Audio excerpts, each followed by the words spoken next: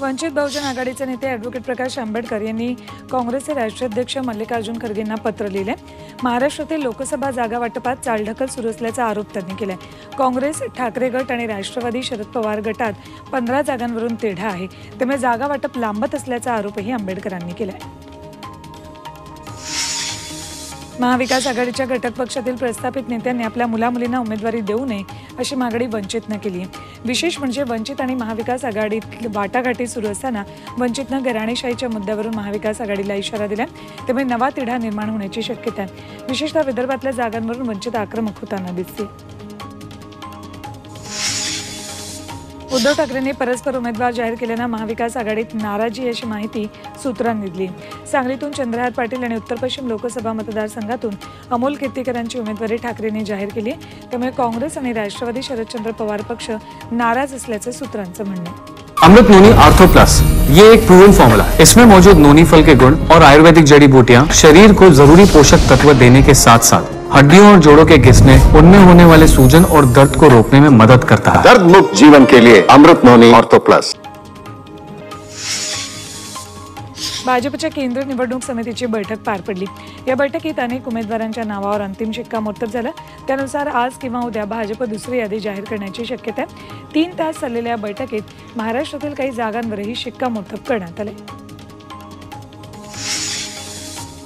महायुतीतील जागा वाटपासंदर्भात अजित पवारांनी प्रतिक्रिया दिली आहे। दिल्लीत आज किंवा उद्या महायुतीची बैठक होते, त्या बैठकीत प्रत्येकाचा मानसन्मान राखला जाईल असा तोडगा निघेल असं विधान अजित पवारांनी केले।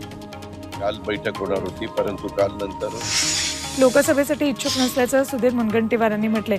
त्याचबरोबर स्वतःचं तिकीट कापलं जाण्यासाठी प्रयत्न करणार असल्याचंही ते म्हणाले।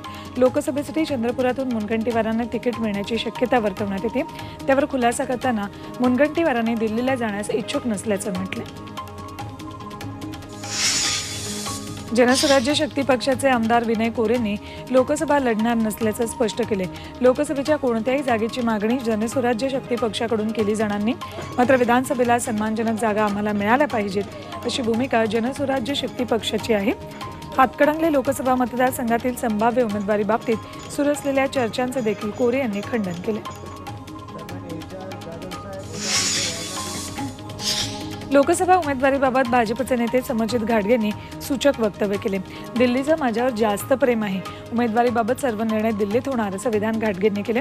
समरजित घाटगेंना कोल्हापुरातून लोकसभेची उमेदवारी मिळण्याची शक्यता आहे। पारनेरचे आमदार निलेश लंकेंच्या चर्चेत काही तथ्य नाही असं अजित पवारांनी स्पष्ट केले। लंके हे शरद पवारांच्या पक्षात जाऊन अहमदनगरची लोकसभा लढवणार अशी चर्चा सुरू आहे, मात्र निलेश लंकेंनीच कुठेही जाणार नसल्याचं सांगितल्याचं अजित पवारांनी म्हटलंय। महादेव जानकर आणि त्यांचे पुतणे स्वरूप जानकर हे आमने-सामने येण्याची शक्यता आहे। स्वरूप जानकर यांनी काका महादेव जानकर यांना पत्र लिहित आपली राजकीय इच्छा व्यक्त केली। तुमची भूमिका मान्य नाही, मी देखील राजकारणात येणार, तुम्ही मला राजकीय भूमिकेपासून रोखू शकत नाही असं स्वरूप जानकर यांनी पत्रात म्हटलंय।